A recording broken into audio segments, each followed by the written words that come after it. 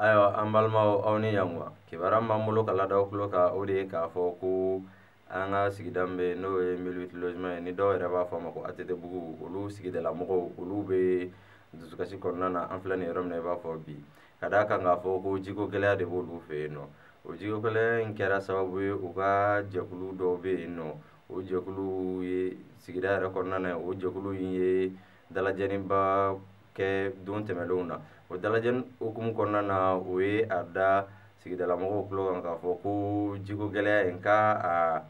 olu ka sɛgɛsɛgɛliw y'a yira k'a fɔ ko a jiko gɛlɛya in kɛra sababu ye ko ka sigidala mɔgɔ dɔw bila ɲɔgɔn na ko ka wa fɛnɛ ko u ka musow n'u ka denw de bɛ a sɛgɛ in bɛɛ kɛ ko ka d'a kan k'olu de bɛ taa aran minɛ kuma dɔw kabi su 20 heures kuma dɔw fo 2 heures du matin de dɔw b'u ka ji sɔrɔ wa ko a bɛ se ka taa fo 4 heures du matin na k'o t'a bɛɛ dɛ ko pour que i ka se ka ji yɛrɛ sɔrɔ ji min b'i labɔ ko f'i ka 400 de sara tile kɔnɔna na ayiwa ko a y'a yira k'a fɔ tuguni k'u ka dalajɛliw hukumu kɔnɔna na fɛnɛ ko u bɛ fɛ ka da SOMAGEP mɔgɔw tulo kan de k'u bɛna tagama boloda ko tagama min ni a bɛ kɛ walasa ko k'a yira k'a fɔ ko olu tɛ nin jiko gɛlɛya in kun bilen nɔ ko ka d'a kan k'a fɔ k'olu bɛ Bamakɔ de fɛ wa ko olu ka sigida ko SOMAGEP mɔgɔw taara robinet dɔ ye ko wa k'u kan ka ji fɛnɛ lase u ma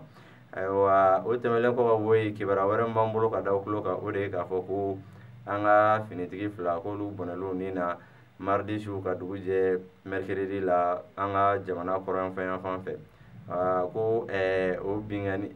o bɔnɛliw nin na k'a sɔrɔla bingannikɛlaw ka bingani wale dɔ de fɛ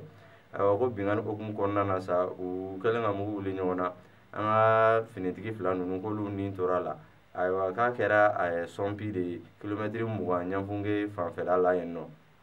ko an ka finitigi sabanan dɔ bɛ yen ko o banana nka o ni ma to a la ayiwa ko bingani hukumu fɛnɛ kɔnɔna na tuguni k'u taara ni an ka finitigiw ka mobili 3 ye ayiwa an balimaw ni kibaruya ninnu de tun b'an bolo ka ladaw tulo kan aw ni ce aw ka kulomajɔ la